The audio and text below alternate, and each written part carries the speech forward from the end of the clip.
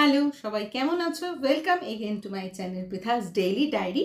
তো এতদিন অবধি আমি তোমাদের সাথে শেয়ার করেছিলাম বিভিন্ন রেস্টুরেন্ট ভিডিও, তার সাথে হচ্ছে গিয়ে কিছু ডেইলি লাইফের কিছু ছোট ছোট মুহূর্ত, প্লাস হচ্ছে গিয়ে আমার ঘুরতে যাওয়ার কিছু ব্লগ। তো এখন থেকে আমি যেটা শেয়ার করতে চলেছি সেটা অবশ্যই আমার জীবনের একটা নতুন অধ্যায় শুরু হয়েছে, সেই জন্যই আমি তোমাদের সাথে এখন আমার ভিডিওগুলো সেই রকমভাবে শেয়ার করব।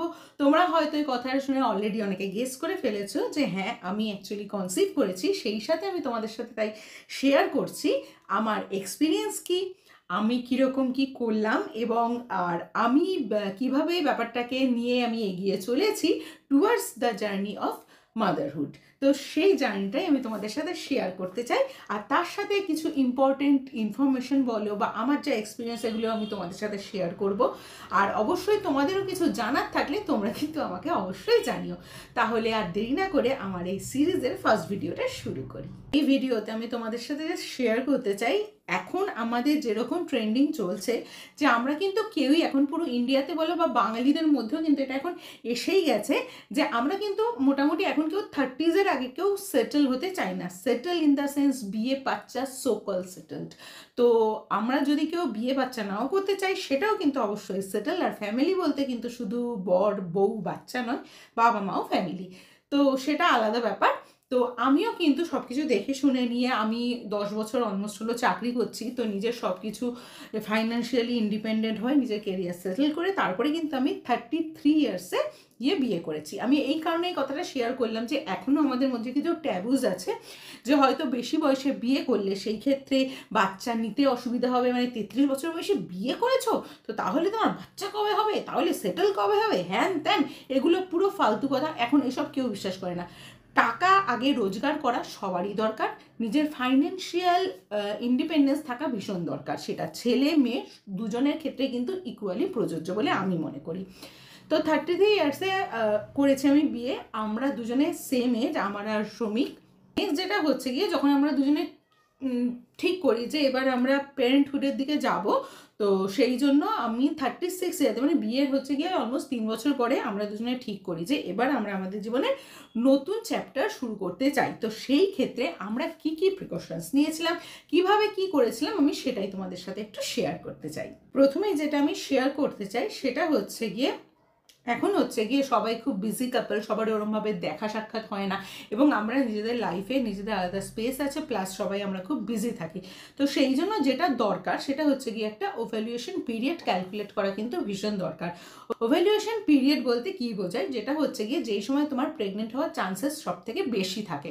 ওভ্যালুয়েশন কিট এখন ইজিলি যে কোনো মেডিকেল শপে অ্যাভেলেবেল, তোমরা সেখান থেকে নিয়ে এসে সেটা ইজিলি কিন্তু টেস্ট করতে পারো। টেস্ট কিভাবে করবে সেটাও কিন্তু ভীষণ সোজা পদ্ধতিতে লেখাই থাকে যে কোনো ওভ্যালুয়েশন কিটের পেছনে। তো যেই সময় তোমরা ওভ্যালুয়েশনটা পিরিয়ডটা চলবে সেই সময় তোমরা যদি প্রেগনেন্সির জন্য ট্রাই করো সেই ক্ষেত্রে কিন্তু প্রেগনেন্ট হওয়ার চান্সেস সব থেকে বেশি থাকে। সেই ক্ষেত্রে আমি বলবো অবশ্যই একজন গাইনোকোলজিস্টের সাথে তোমরা কনসাল্ট করে নাও যে কার কখন ওভ্যালুয়েশন পিরিয়ড। জেনারেলি পিরিয়ড শুরু হওয়ার 7 থেকে 10 দিন আগে থেকে ওভ্যালুয়েশন পিরিয়ড স্টার্ট হয়, সেটা তোমরা সেই অনুযায়ী কিন্তু ট্রাই করে দেখতে পারো।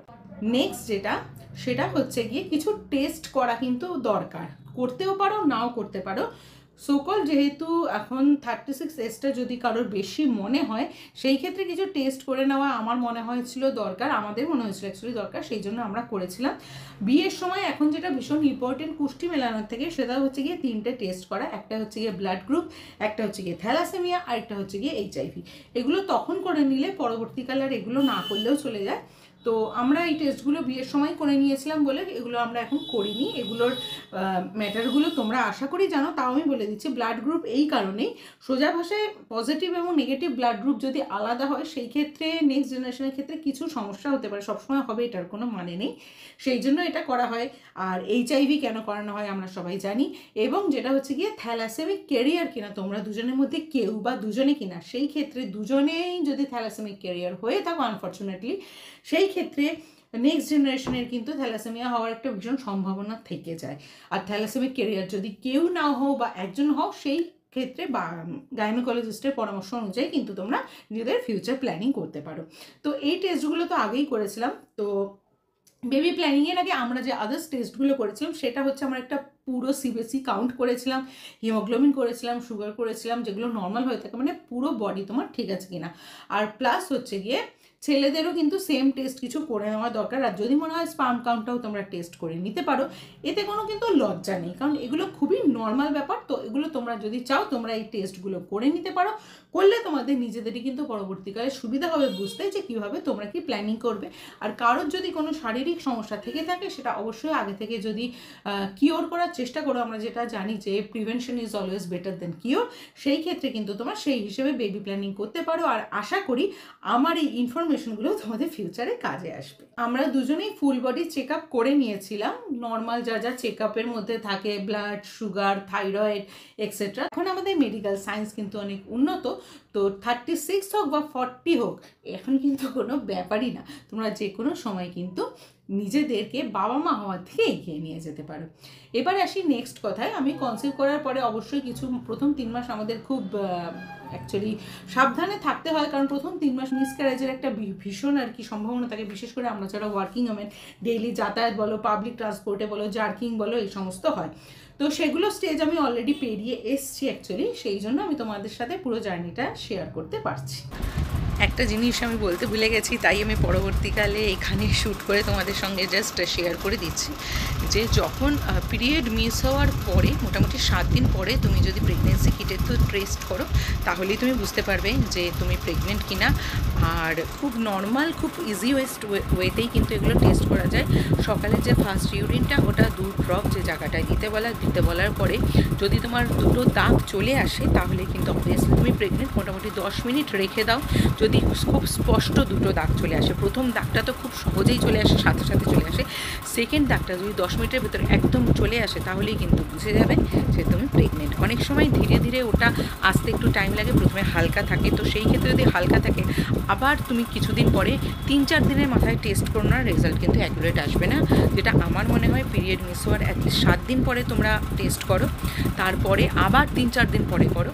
আর অবভিয়াসলি এগুলোতে তুমি শিওর তো অবশ্যই হয়ে যাবে, কিন্তু লাস্টে যেটা দরকার সেটা হচ্ছে অবশ্যই গাইনোকোলজিস্ট তোমাকে কনসাল্ট করতে হবে। উনি তোমাকে প্রেগনেন্সি টেস্ট দেবেন, ইউএসজি টেস্ট দেবেন, সেখান থেকেই কিন্তু তোমার খুশির খবর পেয়ে যাবে। তাহলে এইটা আমার ইনফরমেশনটা তোমাদের সাথে আমার মনে হলো শেয়ার করা দরকার। আর প্রেগনেন্সি কিট বলতে প্রেগানিউসই আমি ইউজ করেছিলাম, তোমরা চাইলে অন্যান্য যা অ্যাভেলেবেল মার্কেটে সেগুলো কিন্তু ইউজ করতে পারো, সবই কিন্তু খুব সেফ। তাহলে এই ছিল আমার আজকের ফার্স্ট ব্লগ। তোমরা জানিও আমার চ্যানেল তোমাদের কেমন লাগছে। তার সাথে তোমাদের কিছু কোয়ারিজ থাকলে আমার ফেসবুক আর ইনস্টাগ্রাম লিঙ্ক নিচে দেওয়া আছে, সেখানে তোমরা আমাকে ডিএম করতে পারো বা কমেন্টে জানাতে পারো। তাহলে ভালো থেকো, ভালো রেখো, আর দেখতে থেকো পৃথাস ডেইলি ডায়েরি। তার সাথে আমার চ্যানেলটা লাইক, কমেন্ট আর শেয়ার, সাবস্ক্রাইব তো অবশ্যই মাস্ট। দেখা হবে তাহলে তোমাদের সাথে নেক্সট ভিডিওতে। Till then, by.